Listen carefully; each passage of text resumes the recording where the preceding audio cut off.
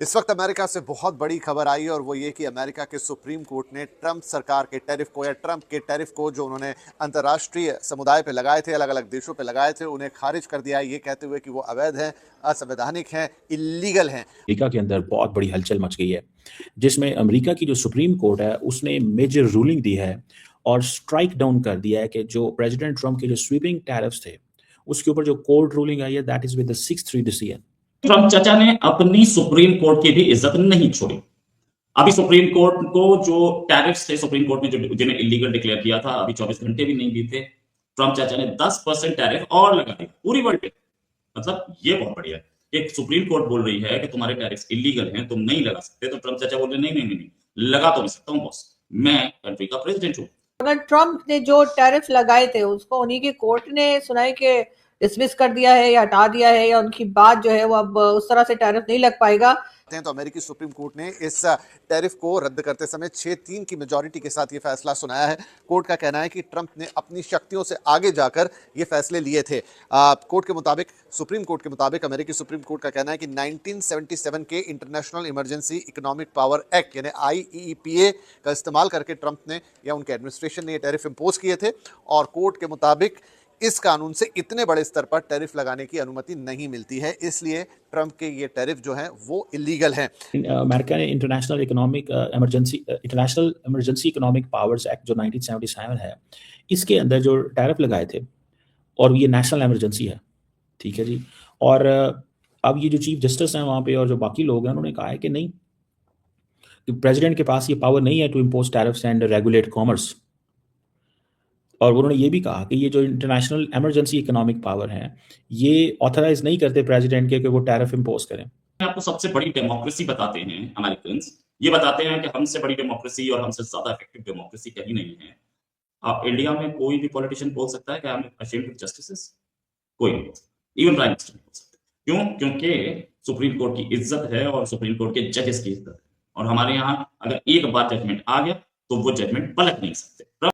जय हिंद दोस्तों economic emergency act का सहारा लेते हुए, ये 90s में एक्ट बना था अमेरिका में, उसका सहारा लेते हुए डोनाल्ड ट्रंप ने सभी देशों पे एक्स्ट्रा रेसिप्रोकल टैरिफ लगाए थे।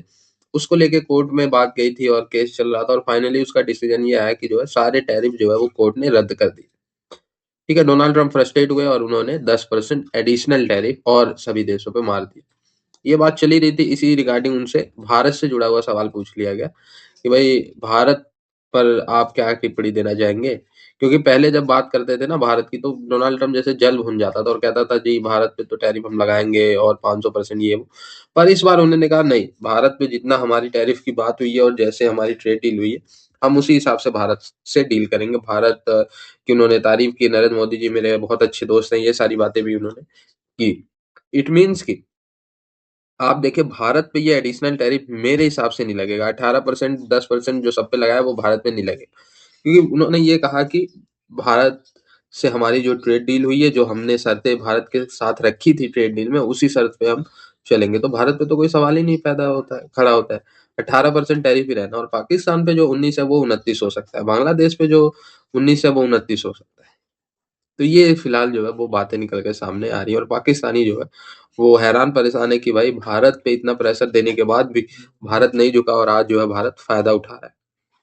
और नरेंद्र मोदी जी कहीं ना कहीं डोमेस्टिक पॉलिटिक्स में भी इसका यूज करेंगे कि जी देखिए हमने डोनाल्ड ट्रंप के सामने, अमेरिका के सामने नहीं झुक के अपने भारत की साख को हमने बचाया। ये सारी चीजें पाकिस्तानी बहुत कंसर्न है और डोनाल्ड ट्रंप को कहीं ना कहीं ये भी कह रहे हैं कि भाई तू भारत पे प्रेशर क्यों नहीं डाल रहा है, डाल, भारत को ह्यूमिलिएट कर। और लेकिन इनको क्या पता ह्यूमिलिएट पाकिस्तान जैसे देश होते हैं, भारत जैसे देश नहीं।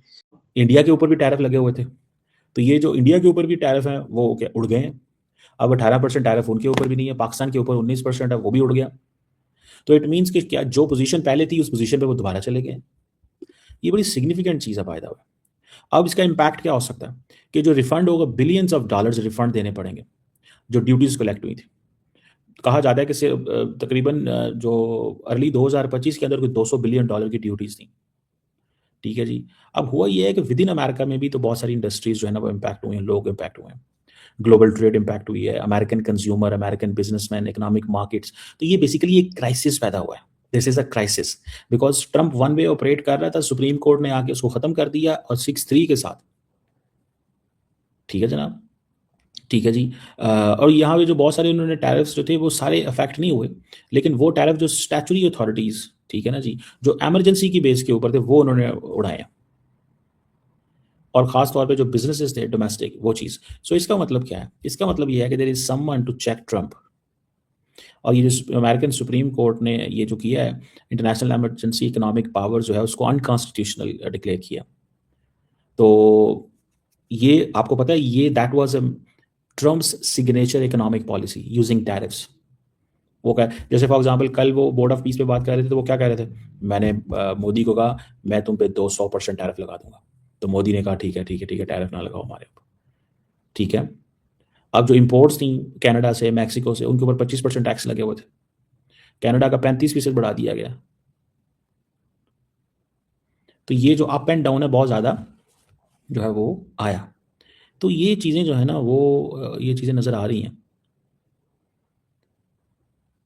मुझे ये लगता है कि कहीं ना कहीं पे अब एक क्योस है अमेरिका के अंदर, ठीक है जी, अब एक क्योस है अमेरिका के अंदर।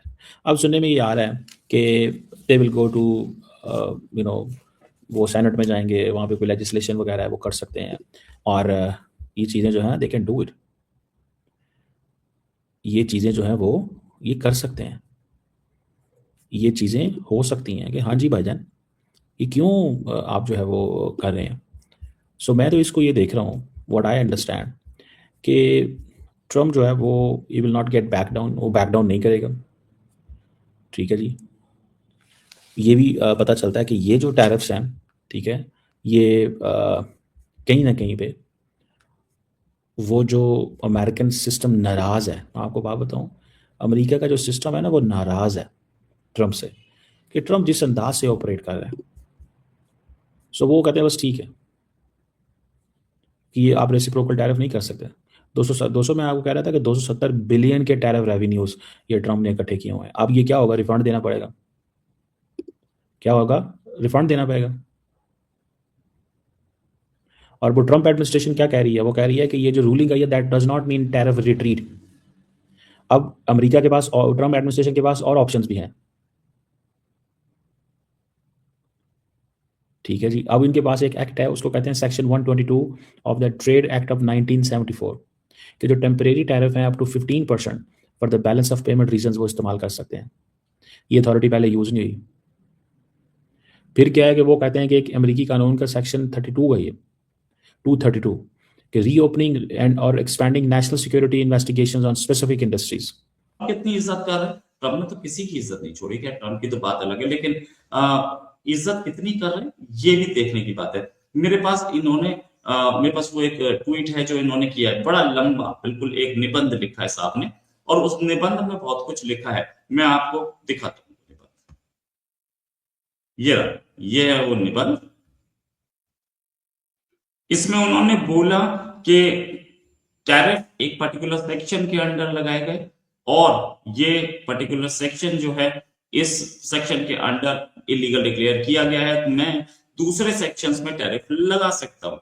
अच्छा, ट्रम्प जो है, डोनाल्ड ट्रम्प, अब वो अपने कंट्री को ही बर्बाद करने में लगे। अब ये 10% टैरिफ और लगा करके इन्होंने सुप्रीम कोर्ट की मौकरी की है। साथ में सुप्रीम कोर्ट की अगर मौकरी होती है तो पूरे कॉन्स्टिट्यूशन की मौकरी होती है। पूरे कॉन्स्टिट्यूशन का मजाक उड़ाया इन्होंने पूरे कंट्री का मजाक उड़ाया। वैसे मार्को रूबियो ने भी बोला है कि हम अपने कंट्री को सेव कर रहे हैं, लेकिन सेव कर रहे हैं कैसे? ये वही ट्रम्प है जिन्होंने अपनी कंट्री की कांग्रेस पर हमला करवाया था, कांग्रेस की बिल्डिंग पर हमला कराया था। ये ट्रम्प साहब जो हैं, ये अब कर क्या रहे हैं? ये अब कर ये रहे हैं कि अपनी गुंडागर्दी दिखा रहे हैं। अपनी गुंडागर्दी मतलब, मेरी बात मानोगे तो मैं आपके साथ हूं, वरना नहीं हूं। ईरान पर हमले की तैयारी चल रही है। हालांकि ईरान पर हमले के मामले में एक क्वेश्चन किसी जर्नलिस्ट ने अभी पूछा तो उसको बाहर निकाल दिया गया, लेकिन ट्रम्प का अपना एंगल ये है कि टैरिफ्स लगे रहेंगे और टैरिफ्स में हटाऊंगा नहीं। ये टैरिफ्स एक सेक्शन से हटा के दूसरे सेक्शन में लगा सकते हैं, क्योंकि सुप्रीम कोर्ट ने तो एक ही सेक्शन के अंदर इसको इलीगल डिक्लेयर किया ना, बाकी दूसरे सेक्शन पे लग जाएंगे। ट्रम्प पीछे हटने के मूड में नहीं। ट्रम्प का मतलब यह है, अभी 2.5 साल और बाकी ट्रम्प के तकरीबन, ट्रंप के जो 2.5 पे नहीं 2 बचे हैं, 2 साल जो बचे हैं ट्रंप के अगले, ये 2 साल बहुत ही डेंजरस होंगे। टू बी प्रिसाइज, ट्रंप के आने के बाद से जितना गड़बड़ रही है, इतनी गड़बड़ कहीं नहीं हुई। मतलब इन्होंने टैरिफ लगाए हैं, इन्होंने कई कंट्रीज में हमला किया है।